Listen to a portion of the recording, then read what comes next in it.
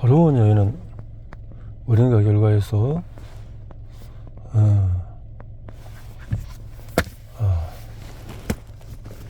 안경을 껴야 되겠네. 어두워서 안경을 끼고 읽어보도록 하겠습니다. 자, 호르몬 여인 어린이가 결과 20세기나 남녀의 뇌 차이와 행동 차이 모두를 결정지을 생물학적인 추진력으로서 호르몬에 초점을 맞추었지만 초기 동물 연구가 약속한 깔끔한 해답은 제공하지 않았다. 물론 호르몬은 다른 생물학적인 과정에도 강력한 영향력을 발휘할 것이고 이 점에서 성차에 연계되는 호르몬도 결코 예외가 아니다. 서로 다른 호르몬이 짝짓기와 번식에 연관되는 신체 기구 차이를 결정하는 것은 명백하므로 인간 조건의 이 측면을 설명하면서 남녀를 명쾌하게 양분하는 것은 일반적으로 정당화된다. 하지만 이것이 내 특성으로 연장되고 행동으로도 연장된다는 주장은 옹호하기가 더 어려운 것으로 드러나고 있다. 원래 동물을 기본으로 한 호르몬 조작 연구를 인간에게서 재현하는 일과 연관된 윤리적인 쟁점은 확실히 극복할 수 없다. 내 조직화 모델에서 비롯된 분명하고 일방적인 가설들을 호르몬 프로필이 변칙적인 개인을 연구하여 검증하려던 다양한 시도는 명쾌한 답을 제공하지 않았다. 출생 전에 호르몬이 미치는 영향력의 정도에 관해 간접적인 단서를 사용하는 방법도 결코 더 유용하다고 입증되지 않았다. 때때로 이것은 작을 수밖에 없었던 관련자 숫자, 서로 다른 집단이 내재된 가변성, 다소 주관적인 행동 측정 방식 같은 방법론적인 쟁점의 탓으로 들릴 수도 있었다. 결정적으로 지금껏 그 작업은 사회적 문화적인 영향력을 조금이라도 고려했다면 충분히 고려하지 않을까 앞으로도 살펴보겠지만 이런 영향력은 행동의 패턴뿐 아니라 뇌와 호르몬 그 자체에도 미칠 수가 있다. 미시간 대학의 신경과학자 사리반 안데르스와 다른 연구자들의 최근 연구는 21세기 호르몬과 행동의 연계성이 특히 추정컨대 테스토스테론이 남성의 공격성과 경적심을 결정할 가능성과 관련하여 근본적으로 제거되고 있음을 보여준다. 우리가 사회와 사회의 기대가 지닌 힘을 뇌를 변화시키는 변이로 보고 있는 것과 마찬가지로 호르몬에 관해서도 같은 효과가 명백한 것은 분명한 사실이다. 그리고 호르몬 자체가 뇌와 환경과의 관계와 얽혀 있음을 말할 필요도 없다. 호르몬은 여자의 생물학이 다르고 일반적으로 하등할 뿐 아니라 주기적으로도 극도의 결함을 보인다는 증거를 사냥하는 데 증명되는 또 하나의 생물학적인 과정이 된 듯하다. 여자의 모성을 위한 영양에 연계되었던 화학물질은 그들의 부적응성 감성과 불합리성 그리고 이런 화학물질이 발달 중인 뇌에 미치는 영향을 통해서 어떤 주요 인지 기술의 부족으로 연계되었다.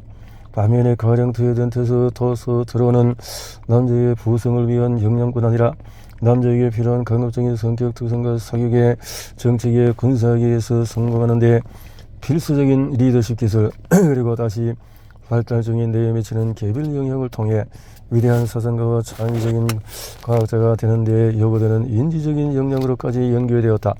이 모두는 물론 남자와 여자의 행동 프로필이 실제로 다르다는 주장의 정확성에 입각한다.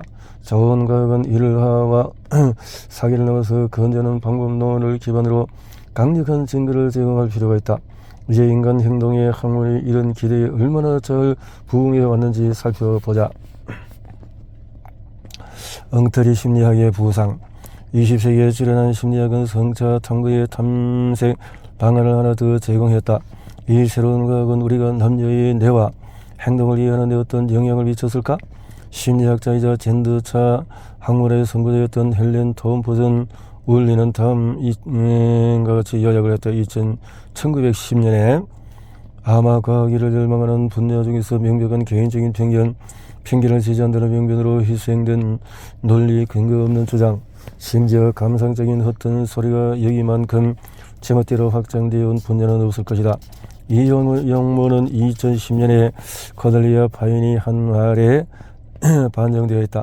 하지만 현대 과학의 경륜을 따르다 보면 놀라운 수의 차이, 추정, 불일치, 형편없는 방법론, 급증하는 믿음, 그리고 불결한 과거의 반향을 여럿 발견하게 된다. 심리학의 성, 젠더 차이의 연구에 관한 이 두 가지 신랄한 진술이 정확히 100년 떨어져 있다는 사실을 적절한 경험적인 데이터를 지원하고 데이터를 객관적으로 해석해서 적성 능력 기질의 차이로는 걱정스러운 쟁점에 객관적인 해결의 실마리를 줄 수 있어야 마땅한 하나의 학문 분야가 이런 기대에 그다지 부응하지 못했음을 시사한다. 심리학은 두 가지 제한 공헌을 통해서 성차 사냥 이야기에 관여했다. 첫 번째는 진화론의 출현과 연계된다. 진화론은 우리의 적응성이야말로 과거의 성공과 지속적인 성공의 근거라고 강조한다. 알고 보면 생물학적인 특성의 개체 차이에 관한 이론인 진화론이 개인의 기술 차이뿐 아니라 사회적인 역할 차이의 기능까지도 생물학의 차이가 결정한다는 설명으로까지 순식간에 범위를 확장했다. 요컨대 성차는 목적을 위해서 존재했다. 그리고 그 목적을 설명하는 것이 진화론자의 역할이었다. 두 번째는 실험심리학이라는 신생학문의 분야의 역할이다. 실험심리학의 역점은 수치 데이터에 있다. 수치 데이터. 진화론의 진화. 찰스 다윈이 1859년에 출간한 정의의 기원과 1871년에 출간한 인간의 유래는 인간의 특성을 설명하는 작업의 완전히 새로운 틀을 제시했다. 이 획기적인 저작은 개체의 신체적인 차이와 정신적인 차이 모두의 생물학적인 기원에 대한 통찰을 제공했고 자연의 남녀 차이를 설명하는 이상적인 출처가 되었다. 그리고 물론 찰스 다윈도 그의 성선택 이론을 통해 실제적으로 성상대를 유인하는 춤과 짝선택에 관해서 그런 쟁점을 구체적으로 다룬 터였다. 한 성의 구성원이 짝을 유인하기 위해서 자신의 자산을 과시하면 반대 성의 구성원이 일련의 정특이적인 기준에 따라서 마음에 드는 상대를 선택한다. 공적이라면 꼬리를 눈이 가장 많아야 하고 개구리라면 개굴개굴 소리가 가장 깊어야 한다. 이런 조건은 번식 적응도를 신호한다고 주장한다. 인간의 자산은 재고고 신체 장비뿐 아니라 인간의 행동과 성격, 여행까지도 포함될 수 있었다. 경쟁적이고 전투적인 여행은 남자를 위한 자산이었고 순정적이고 유화적인 여행은 여자를 위한 자산이었다. 마찬가지로 역할과 그이와 연관된 기술 집합에도 주요한 차이가 있었다. 지배적인 남성은 바깥 세상과 씨름하기 위해 더 큰 힘과 지적인 우수성이 필요한 데 반해 가정의 기반을 둔 여성은 잔잔한 모성애와 다분한 주부다움만 있으면 되었다. 다윈의 생각은 상당히 명료했다. 남자와 여자의 한 가지 주요한 차이점은 여자가 인류의 하등한 구성원 이런 데 있었고 이런 차이는 여자가 남자보다 덜 고도로 진화한 덕분에 생겨난 것이었다. 가장 중요한 과학 이론 중에서 하나인 진화론의 저자인 자신이 연구 중인 개체근호의 절반에 관해 이런 시각을 갖고 있었다는 것은 생각만 해도 다소 오싹하다. 남자와 여자가 지적 능력에 큰 차이가 있다는 것은 무슨 일을 시작하든지 남자가 여자보다 더 높은 수준에 이른다는 사실을 봐도 알 수가 있다. 이 일은 깊은 소력과 이성 또는 상승력을 요구하는 것이건 단지 감각과 솜씨만을 요구하는 것이든 상관이 없다. 남녀 사회적인 기능이 다를 수 있다는 데 관한 다윈의 시각은 여자의 번식 능력이 그들의 서열을 결정하는 저 요인이라는 것이었다. 근본적이지만 기초적인 생리적인 과정인 번식은 진화가 수컷에 수여한 더 고등한 정신적인 속성을 조금 더 요구하지 않았다. 사실 그의 걱정은 그의 정의 암컷을 아무 종류의 교육이나 독립이라는 부담에 노출되는 모든 시도가 그 과정을 해칠 수 있다는 것이었다. 다윈은 상보성의 세세한 차이 따위는 신경조차 쓰지 않았다. 상보성을 따지는 시각은 사회에서 남녀 역할이 어떠한 유전적인 형질에 의해서 결정된다는 사상을 기반으로 했고 상냥하고 자르도록 보살피고 유연하게 사익은 챙기는 사익을 정의 여자의 본성은 힘이 넘치고 대의를 지향하고 지독히 합리적인 남자의 특징적인 페르소나의 완벽한 조연이었다. 다윈 저의자의 관점보다는 다소 더 정중하지만 이런 시각이 젠더 평등을 위해서 모종의 진보가 시작될 징조였다는 환상에 휘둘려서는 안 된다. 특별히 강력한 방법. 심리학자 스테퍼니 실즈는 심리학이 19세기 말에 젠더차 구축의 기관을 검토하면서 이 성보성의 함정에 관한 것을 통해 상부성이 어떻게 진화론에 연계되어서 기존의 사회적인 위계를 위한 명분으로 사용되는지 보여주었다. 초점은 주로 어머니 겸 주부로서의 여성의 역할을 맞춰줬다. 여성은 양적하고 능하고 실제적이고 고소한 일상에 집중할 수 있어야 할 필요가 있다는 뜻이었다. 이는 명백히 여성이 위대한 사상과 과학적인 성취에 필요한 정리의 초상적인 사고, 창의성, 객관성, 공정성을 갖출 수 없게 만들었다. 남성의 성취하고 창조하고 지휘하려는 욕망에서 분명히 알 수 있는 열정적인 힘에 비교하면 여성은 정서적으로도 예민하고 불안정할 가능성이 더 컸다. 상부성 경화님은 끈질기게 지속되어 오다가 진화 심리학 분야에서 제 자리를 찾았다. 이른바 해서 진화 심리학자들은 현 상황을 설명하는 과학자라는 부류에 확실히 속한다. 사실상 그들은 오늘날 잘 확립된 사실처럼 보이는 것을 기점으로 시간을 거슬러 올라가며 작업을 한다.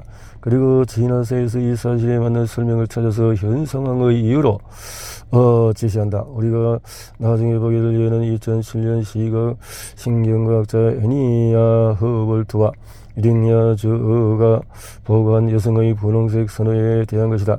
진화론과 심리학을 융합하고 그들이 제시한 설명은 다음과 같았다. 서립인 채집인 팀 중에서 채집인 팀인 여자는 장과류 열매를 찾는 데 더 적합한 장비를 갖추기 위해서 분홍에 대한 차별적인 선호를 진화시켰다.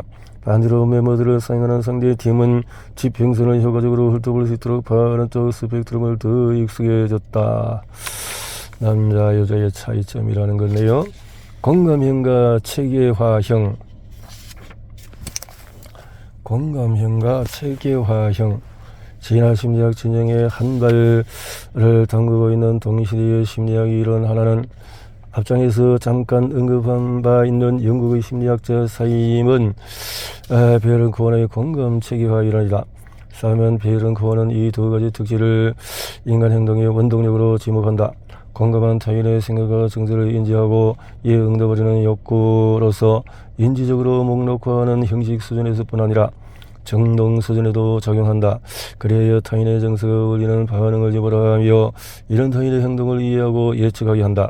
그것은 다른 사람의 느낌을 알게 되는 능력이어서 사이먼 베런코어는 이를 다른 사람의 머릿속에 상상하는 것이라고 일컫는다.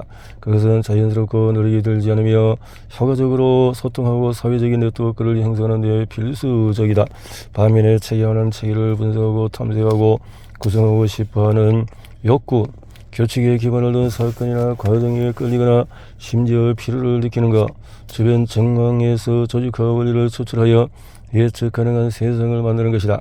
진정한 진화 심리학이 그렇듯이 이런 특질의 기원은 우리 본명 우리의 고대 과거에 뿌리를 두었을 뿐 아니라 21세기 인간에게 계속 존재하면서 누가 무엇을 하느냐에 영향을 끼친다. 공감하는 특질과 체계화하는 특질은 젠더화된 구분에 따라서 명확하게 활동되고 전달되어 왔다. 사이먼 베런코어에 따르면 공감은 우리의 여성 조상이 보유 네트워크를 구축하여 미래 세대가 철저히 향유하게 하는 데 도움을 주었고 수다 집단을 형성하는 그들의 성향을 뒷받침하여 그들이 모든 종류의 유용한 정보 고려에서 벗어나지 않도록 확실하게 했으며 그들이 유전적으로 관련이 없는 동종과 잘 지내게 하는 데도 도움을 주었다. 이것이 오늘날의 공감형에게 무엇을 의미하는가에 관해 사이먼 베런코어의 진로 존재로서 우리에게 알려주는 바에 따르면 여성 내인 사람은 멋진 상담가, 초등학교 교사, 간호사, 보모, 간병인, 치료자, 사회복지사, 중개인, 단체의 간사, 인사 담당 직원이 될 수가 있다. 그런 체계화형은 그들의 세상사 처리 방식은 그들이 화살의 적당한 길이 도끼너를 조이는 최적의 방법, 동물을 추적하고 날씨를 예측하는 규칙, 사회적인 계급 체계의 법칙 따위를 알아내는 데 능하게 했다. 이렇게 해서 공감, 하지만 누군가가 공감을 잘하는지 아니면 체계화를 잘하는지는 어떻게 알까? 현대의 심리학이 이러면 설사 진화적인 과거의 기반이 있다 하더라도 모든 개인 또는 집단에서 그런 특징 또는 특질에 대한 모종의 객관적인 척도를 산출할 방법이 있어야 한다. 사이먼 베런콘의 연구실은 자기 보고 설문지를 통해서 공감지수로 알려진 공감의 척도와 체계화 지수로 알려진 체계화의 척도를 자체적으로 산출해봤다. 설문지를 구성하는 일련의 진술의 응답자가 자신의 동의 여부를 표시해야 한다. 이 진술 항목으로는 이를테면 나는 다른 사람을 돌보는 것을 정말 좋아한다. 어떤 집단에 새로운 사람이 들어오면 그 집단에 어울리도록 노력해야 할 사람은 새로 들어온 사람이라고 생각한다. 따위가 있다. 반면에 SQ 진술의 항목으로는 나는 기차로 여행할 때 철도망이 어떻게 이처럼 정확히 통합적으로 연결되어 수 있는지 놀라곤 한다. 나는 환율, 이자율, 주식과 지분의 세부 사항에 관심이 없다. 따위가 있다. 이 검사는 아동형도 있다. 더 정확히 말하면 부모 보호형인 이 검사에서는 나의 아이는 집에 물건들이 제자리에 있지 않아도 신경 쓰지 않는다. 나의 아이는 다른 아이들과 놀 때도 시키지 않아도 장난감을 차리러 공유한다와 같은 진술의 부모가 동의 여부를 평가하여 결정한다. 이런 척도는 사실상 자신이 어떤 사람인가에 대한 본인의 의견에 의존한다는 것을 알 수가 있다. 이 SQ 점수에 관해서 읽을 때 액면 그대로 받아들이지 않을 여러모로 그 생각을 간직해 둘 가치가 있다. 이런 자기 보고 척도의 타당성을 검증하려면 높은 EQ 점수나 낮은 SQ 점수 또는 이 두 가지 혼합을 근거에 예측해도 괜찮을 종류의 행동이나 관련 기술의 예를 찾아 그 두 척도가 얼마나 잘 일치하는지를 확인해야 한다. SQ나 EQ. 그러므로 EQ 점수가 높다면 눈에 깃든 마음 읽기 점수도 좋아야 하는데 실제로도 그렇다. 이 두 가지 검사 모두 같은 연구실에서 나왔다는 사실만 감안하면 좋을 듯하다. 여자가 남자보다도 공감적이고 남자가 여자보다도 체계화에 뛰어나다는 ES 이론의 예측에서 출발하면 특징적으로 공감 또는 체계화 가운데서 어느 하나에 밀접하게 연계되는 행동, 능력, 선호는 당연히 깔끔하게 전도별로 분할되어 보여야 한다. 결국 그것은 이 이론의 근본적인 주장이다.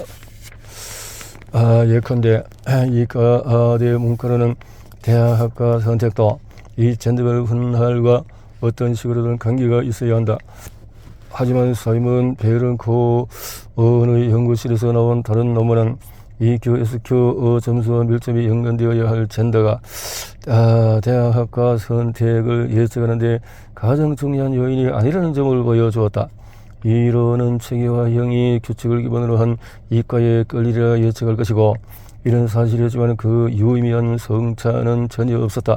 그렇다면 ES가 젠더의 정확한 대용물은 아니라는 뜻이므로 공감은 여자의 것이고 체계화는 남자를 위한 것이라는 일반적인 인상을 완화해야 마땅하다. 이에 대해서 매우 21세기적인 예는 여성과학인인 가수 대표성에 관한 논의에서 볼 수가 있다. 진화 이론에서 생물학적인 토대로 다소 모호하게 기정사실로 간주하는 것과 달리 여기서는 이 두 가지 인지 방식의 생물학적인 기원을 명료하게 진술한다. 이 단원의 강도를 더리할 때 당신은 책에 더 자세히 나오는 단서 조항에 놀랄지도 모른다. 심리학이 성차 논쟁에 관여하는 와중에 이 이론적인 가닥은 현상 유지형 설명으로 확고히 연계되었다. 기술과 성격의 차이라면 새로이 등장한 학문 분야인 실험 심리학이 확인하고 수량화할 수 있을 것이다.